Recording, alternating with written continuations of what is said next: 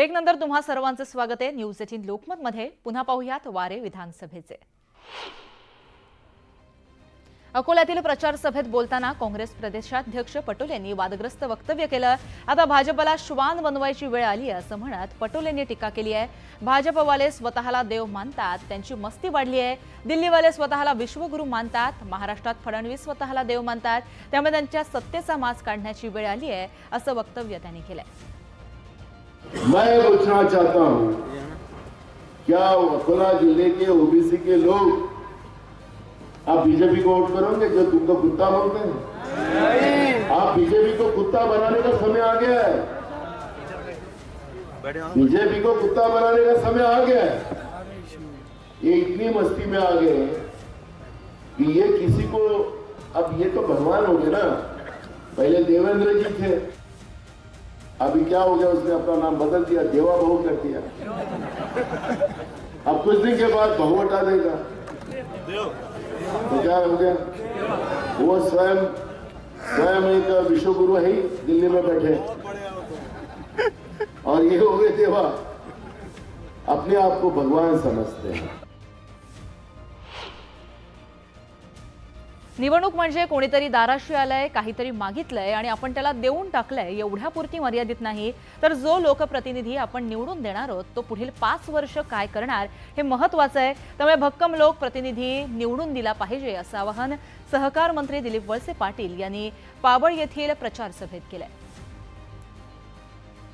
कोणीतरी दाराशी आलंय आणि काहीतरी मागितलंय आणि त्याला आपण देऊन टाकलंय, एवढ्यापुरती निवडणूक मर्यादित नसते। तर आपण पुढच्या 5 वर्षासाठी जो आपला उमेदवार किंवा जो प्रतिनिधी निवडून देतो तो 5 वर्ष आपल्यासाठी काय करणार आहे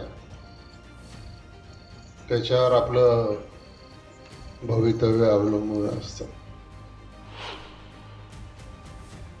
माजी केंद्रीय मंत्री रावसाहेब दानवे यांचा एक व्हिडिओ सोशल मीडियावर चांगलाच व्हायरल होतोय। दानवेंनी कार्यकर्त्याला लाथ मारतानाचा हा व्हिडिओ आहे। मात्र यावर आता ज्यांनी लाथ मारली त्यांनी या संदर्भात स्पष्टीकरण दिलंय। गमतीत दानवेंनी लाथ मारली असं स्पष्टीकरण शेख अहमद यांनी दिलेलं आहे। हमारा 30 साल से दोस्ताना है और सुबह में जो बात में वायरल हो गई एकदम गलत है। वो ऐसा कुछ भी नहीं, लोग अभी चिंदी का सांप बनाते, ऐसा कुछ विषय नहीं है।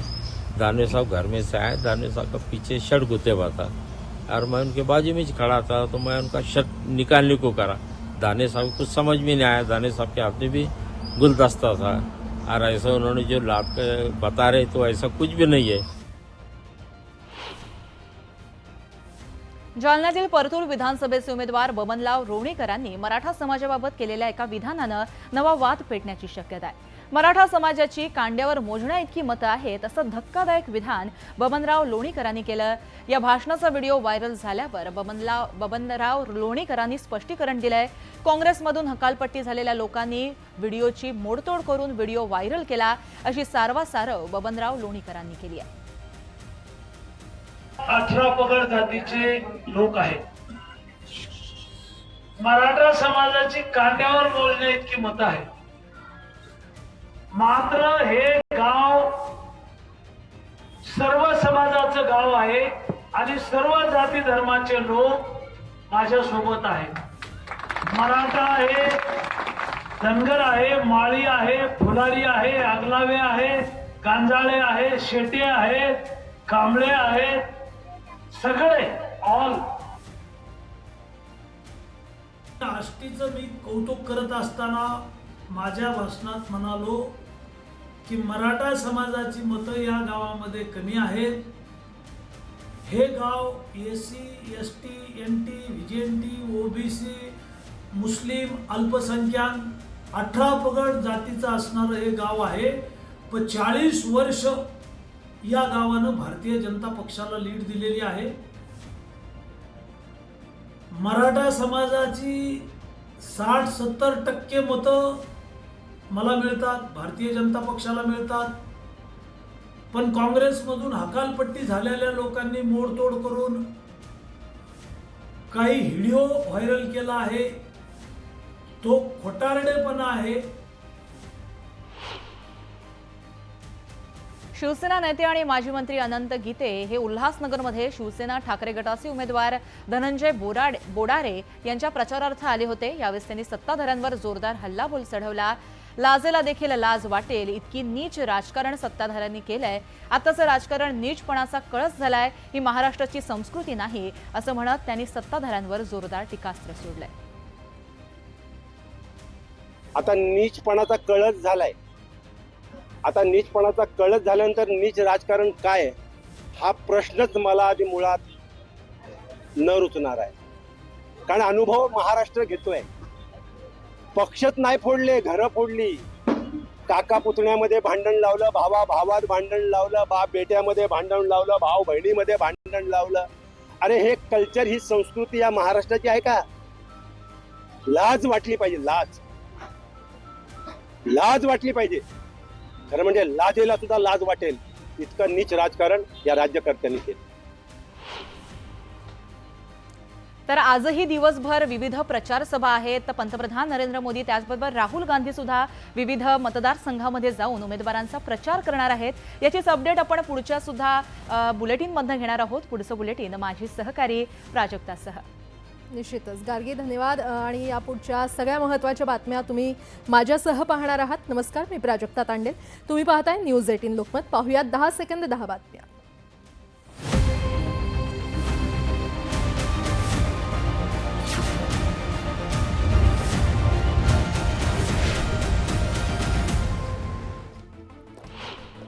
अपक्ष उमेदवार डॉक्टर संभाजीराजे पाटील यांचा गावखेड्यावरील प्रचारावर जोर। जनतेचा प्रचंड प्रतिसाद, आशीर्वाद, भक्कम सामर्थ्य हेच माझं खरं बळ, संभाजीराजे पाटील यांची प्रतिक्रिया।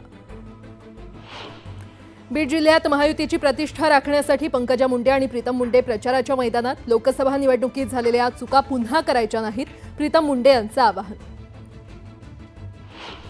पंकजाताई आणि पक्षाला विचारून बीड जिल्ह्यात घड्याळाविरोधात प्रचार करणार, भाजप नेते सुरेश धस यांची प्रतिक्रिया। श्रीवर्धन मतदारसंघातील कळसांबंडे ग्रामस्थांचा मतदानावर बहिष्कार। विकास कामं होत नसल्यानं बहिष्कार, निकृष्ट दर्जाची कामं होत असल्याचा ग्रामस्थांचा आरोप। श्रीवर्धन विधानसभा मतदारसंघातील काँग्रेसचे बंडखोर उमेदवार राजेंद्र ठाकूर यांच्यावर निलंबनाची कारवाई। राजेंद्र ठाकूर यांना काँग्रेस पक्षातून 6 वर्षांसाठी निलंबित।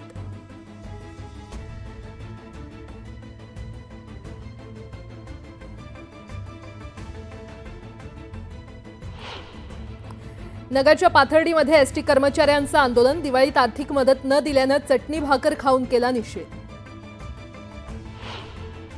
माणखटावमधील गोरे बंधूंचा संघर्ष मिटला। जयकुमार गोरेंना आमदार करण्यासाठी शेखर गोरे मैदानात उतरले। विरोधी उमेदवारानं एक जरी मत जास्त घेतलं तरी राजकीय संन्यास घेणार, शेखर गोरे यांचं वक्तव्य। चंद्रपूर जिल्ह्यात आयशर गाडीतून देशी दारूच्या पेट्या जप्त। 32 लाखांचा मुद्देमाल असल्याची माहिती। कोरपना पोलीस स्थानकात गुन्ह्याची नोंद। वाशिम जिल्हा कार्यालयातून कर्मचारी वेळेआधी निघून गेल्यानं परिषदेच्या गेटला लावलं कुलूप। मुख्य कार्यकारी अधिकाऱ्यांची कारवाई। आळंदीतील संजीवन समाधी मंदिराच्या गाभाऱ्यात आकर्षक देशी विदेशी फुलांची सजावट। सकाळपासून भाविकांची गर्दी।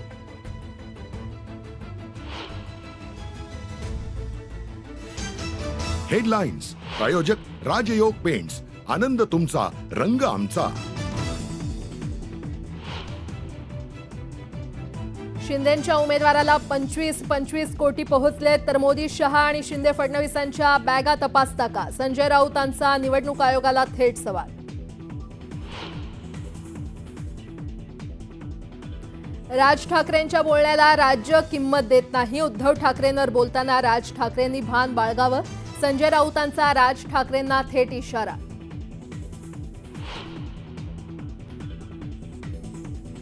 मराठा समाजाची कांड्यावर मोजणे इतकी मतं। भाजप आमदार बबनराव लोणीकरांचं मराठा समाजाबाबत वादग्रस्त वक्तव्य। वक्तव्यानंतर मात्र लोणीकरांकडून सारवासारव।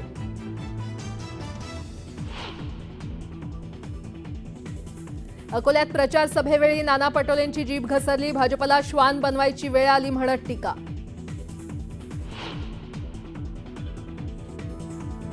गेल्या 5 दिवसात पंतप्रधान नरेंद्र मोदींचा तिसऱ्यांदा महाराष्ट्र दौरा. आज चंद्रपूर, सोलापूर आणि पुण्यात घेणार जाहीर सभा.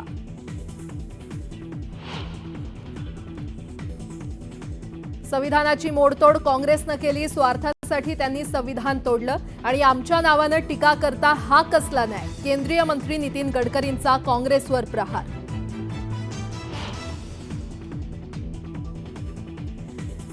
राहुल गांधी महाराष्ट्र दौऱ्यावर. बुलढाण्यात राहुल बोद्रेंच्या प्रचारासाठी तर गोपालदास अग्रवाल यांच्या प्रचारार्थ गोंदियात सभा.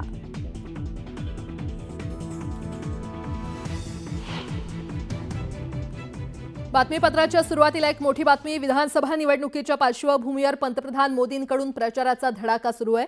महायुतीकडून विधानसभा निवडणूक लढवणाऱ्या उमेदवारांच्या प्रचारासाठी मोदी महाराष्ट्रात आहेत. त्यांची आज पुणे, सोलापूर आणि चंद्रपुरातल्या चिमूर इथे सभा होणार आहे. पंतप्रधान मोदी यांची पहिली सभा चंद्रपूर जिल्ह्यातल्या चिमूरमध्ये होईल आणि त्यानंतर दुपारी सोलापूर आणि संध्याकाळी पुण्यामध्ये SP कॉलेज मैदानावर त्यांची सभा होणार आहे. मोदींच्या सभेवेळी जोरदार शक्ती प्रदर्शन भाजपसह महायुतीत सहभागी मित्र पक्षांकडून केलं जाणार आहे. तर पंतप्रधान नरेंद्र मोदी यांच्या आज जाहीर सभा पार पडतायत. महायुतीच्या उमेदवारांच्या प्रचारासाठी पंतप्रधान नरेंद्र मोदी हे स्वतः मैदानात उतरलेले आहेत आणि त्यांचा हा महाराष्ट्र दौरा. कुठे कुठे सभा होत आहेत आपण ते देखील पाहतोय. विधानसभा निवडणुकीच्या पार्श्वभूमीवर मोदींकडून हा प्रचाराचा धडाका सुरू आहे. महायुतीकडून विधानसभा निवडणूक लढवणाऱ्या उमेदवारांच्या प्रचारासाठी मोदी महाराष्ट्रात आहेत आणि त्यांची आज पुणे, सोलापूर आणि चंद्रपुरातल्या चिमूर इथे सभा होणार आहे. तर पंतप्रधान मोदी यांची पहिली सभा ही चंद्रपूर जिल्ह्यातल्या चिमूरमध्ये होणार आहे. त्यानंतर दुपारी सोलापूर आणि संध्याकाळी पुण्यामध्ये SP कॉलेज मैदानावर त्यांची सभा होणार आहे. रोड शो देखील केला जाणार आहे. दरम्यान मोदींच्या सभेवेळी जोरदार शक्ती प्रदर्शन भाजपकडून करण्यात येणार आहे. तसंच महायुतीमध्ये सहभागी मित्रपक्षांकडून देखील आज जोरदार शक्ती प्रदर्शन केलं जाईल. महायुतीच्या उमेदवारांसाठी ही अतिशय महत्त्वाची सभा. पंतप्रधान नरेंद्र मोदी यांचा हा महाराष्ट्र दौरा आज आहे आणि त्यामध्ये प्रचाराचा धडाका सध्या सुरू असल्याचं पाहायला मिळतंय. महायुतीकडून विधानसभा निवडणूक लढवणाऱ्या उमेदवारांच्या प्रचारासाठी पंतप्रधान नरेंद्र मोदी हे स्वतः मैदानात उतरलेले आहेत. त्यांची आज पुणे, सोलापूर आणि चंद्रपुरातल्या चिमूर इथे सभा होणार आहे. आज सभांचा धडाका पंतप्रधान नरेंद्र मोदींचा पाहायला मिळणार आहे. पुणे, सोलापूर आणि चिमूरमध्ये त्यांची सभा पार पडणार आहे. महायुतीच्या उमेदवारांसाठी ते मैदानात उतरले आहेत. पुढची बातमी पाहूयात. काँग्रेस नेते राहुल गांधी हे आज महाराष्ट्राच्या दौऱ्यावर येणार आहेत. विदर्भात चिखली आणि गोंदियामध्ये त्यांची सभा होणार आहे. बुलढाणा जिल्ह्यातल्या चिखली इथे महाविकास आघाडीचे उमेदवार राहुल बोंद्रे यांच्या प्रचारार्थ राहुल गांधींची जाहीर सभा होईल. तसंच गोंदिया इथे गोपालदास अग्रवाल यांच्या प्रचारासाठी त्यांची सभा होणार आहे. सर्कस मैदानावर होणाऱ्या या सभेसाठी जय्यत तयारी करण्यात आली आहे आणि या सभेत काँग्रेस प्रदेश अध्यक्ष नाना पटोले यांच्यासह महाविकास आघाडीचे सर्व प्रमुख नेते उपस्थित राहतील.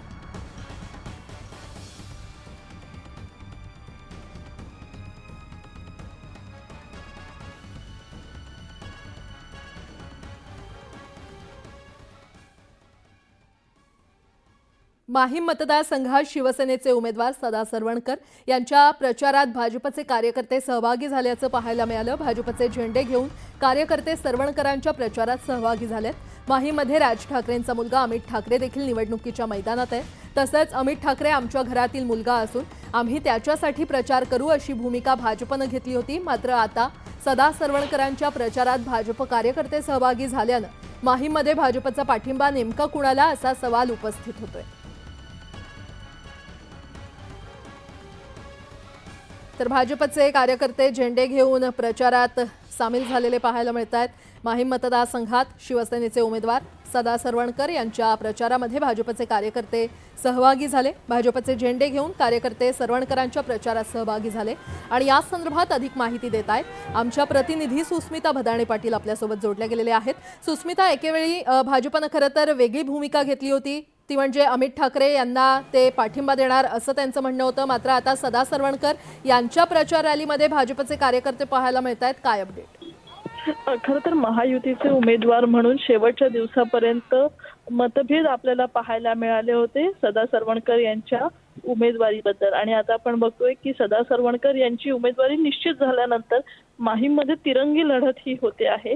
मनसे शिंदेची शिवसेना आणि उद्धव ठाकरे यांची शिवसेना.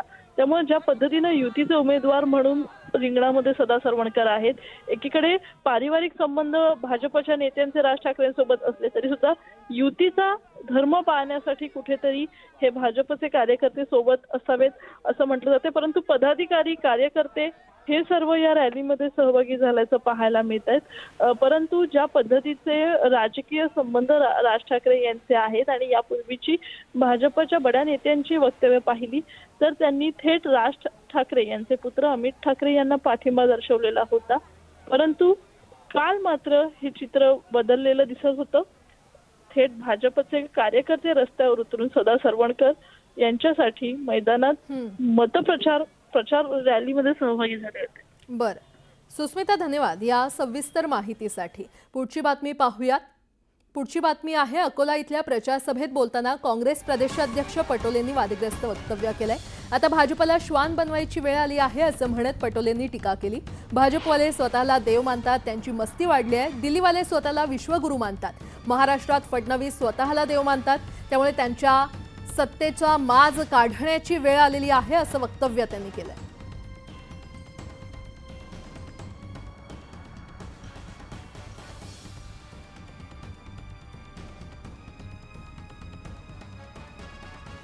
मैं पूछना चाहता हूं, क्या अकोला जिले के ओबीसी के लोग आप बीजेपी को वोट करोगे जो तुमको कुत्ता बोलते हैं? आप बीजेपी को कुत्ता बनाने का समय आ गया है.